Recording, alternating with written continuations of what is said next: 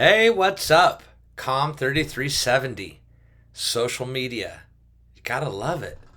Hey, this is week 4, and I hope that you're enjoying the journey that we're going through each week as we explore a different aspect of digital social media and how that works within today's business and organizational, professional atmosphere.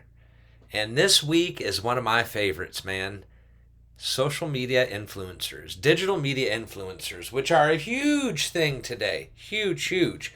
And I used to have a show called Do It Indie, and it was online, and then it was on television on Fox 59. And we had a television sponsor, which was Fox 59. We had a hat sponsor, we had a t shirt sponsor. So back in the day, we didn't even call it social media influencers. We were just having a show and trying to showcase and highlight the good, inner city cultural, nonprofit type of stuff in Indianapolis. So today there are all types of influencers for everything, literally everything. I mean, you think about it, and there's somebody that's online talking about it, or they're trying to be a social media influencer.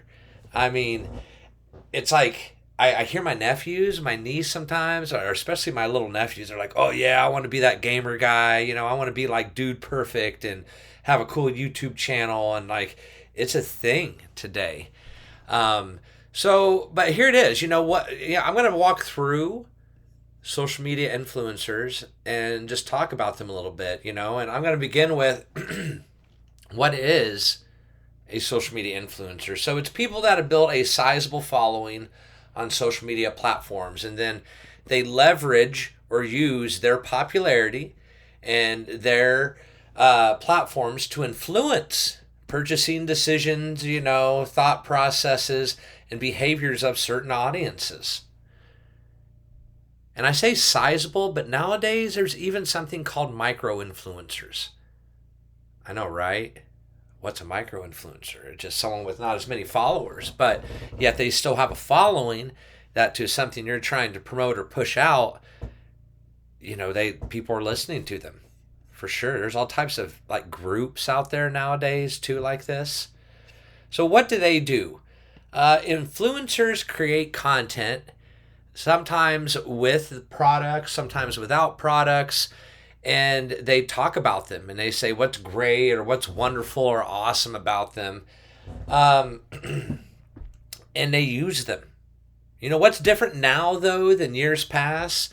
The Federal Communications Commission, the FCC, became involved, which is the overseeing board of television and radio, internet, things like that. And they're like, hey, let's put some type of criteria in with this. And now you have to publicly disclose that, hashtag ad, if you see that a lot, or, there's a little thing down at the bottom that says, this is an ad, or sponsored.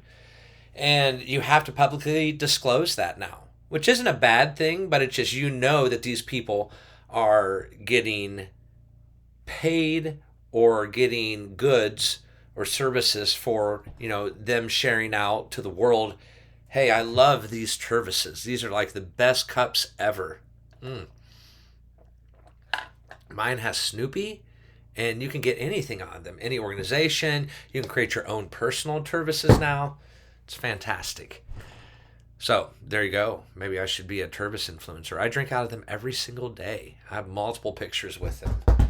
For a while, I was trying to become a Lipton tea influencer, and I would always tag them and talk about them, and they would like and interact sometimes, but I never got their attention enough where they wanted to like work with me or send me something to review.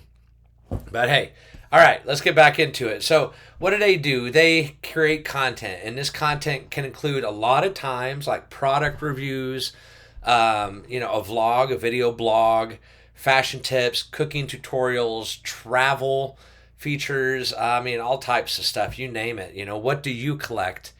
As you can see behind me, I have some toys and a bunch of Lego over here. So yeah, I would love to be a Lego influencer, but those guys are like huge and they do all types of things, man. So we'll get back there.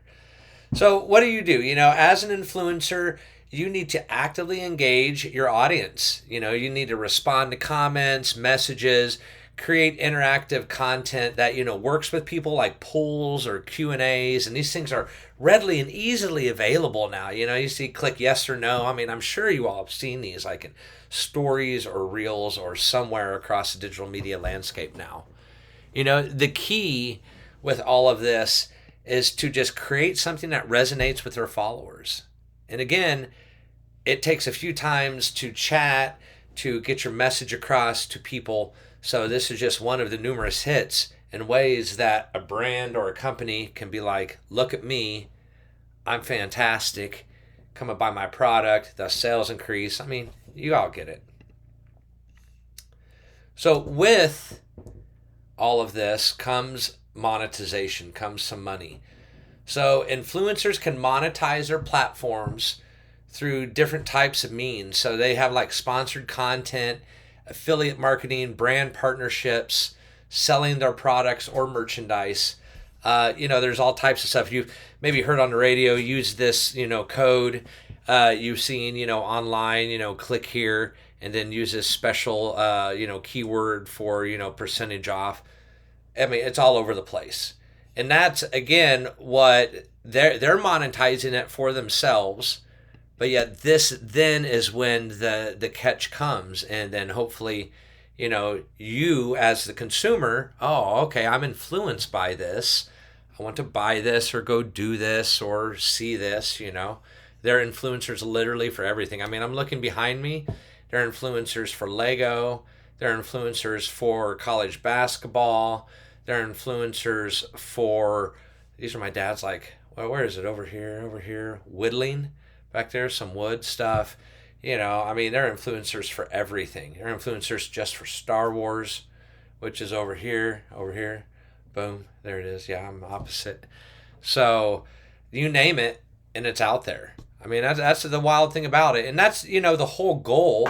I mean, I've known people, and I'm sure that you've possibly seen people or follow some people that is their full-time job. My fiance, she knows a lady that sells press-on sticker nails. So you don't hurt your nails as much, and ladies like them, and they have all types of designs and colors and shapes, so forth. And this lady did it part-time. She became an influencer online, has like a following now of like 30 or 50,000 people. I mean, it's wild. And she quit her day job. She literally is living her life as a social media nail and type of women's beauty, I would say, influencer. It's crazy. You never know. So what is the big deal? Why an influencer? Why, as a company, are you going to send them products or pay them or sponsor them to talk about you? It's all about that credibility and trust. You are looked at as the social media influencer, is looked at as a thought leader, as a progressive, as somebody that understands this, and it can be completely niche subject. Nature woodworking, Star Wars, droids. It's all over the place. Who knows? And with these people, followers are more likely to engage with them, the influencers, and it gives you a balance between like authenticity, because you're real and you do it and you're showing them this, but they also understand that it's sponsored content now, that you are an influencer. But hey, you're an influencer, but you are real, and there's a reason you are an influencer, because you know and understand X, Y, and Z. It's wild, isn't it? I mean, think about that. I mean, have you ever heard of mommy bloggers? People that talk. I've heard of dad. I mean, I know a guy that does a dad podcast. His name's John McLaughlin. He's actually an AU alum. You should check it out. I think it's called Dadville. I mean, and he's not only a singer, but he's now a social media influencer for dads, being a father. And he didn't mean for that to happen. He just wanted to talk about something. So there you go. We're about 10 minutes. Social media influencing. What are you passionate about? Do you want to blog about it? You want to do videos about it? You have to start somewhere. And I don't say, hey, you can't be an influencer, but it's difficult. You have to show your worthiness. Okay? Again, people don't take influencers lightly. They trust them. They have that credibility. They have that authority over such subject matter, product, vacation, who knows, watches. And it's fun. I'll tell you, being a former, in the very beginning, early days from like 2010 to 2013, social media influencers, I suppose, it's cool, man. I got all these really sweet hats from the No Bad Ideas Hat Company in Indianapolis. Taylor and Hayes, which is now called The Shop in Indianapolis, they're a t-shirt shop. They sponsored us. They made our Do It Indie t-shirts, and they gave us all of their t-shirts as well that we could wear around. And I mean, I did, because they were cool, and they were local indie stuff, and that's what we were all about. And then we even had like some eating establishments, and they sponsored us. They paid us to come hang out there, review their food. Never know. But hey, this is again the 4th week of 8. So we're halfway through this journey of digital media. I appreciate you all being here. And please reach out, a few of you have, if you need anything or have any questions or want to, just chat. Thank you very much. And I'll see you next week. Yeah. Bye.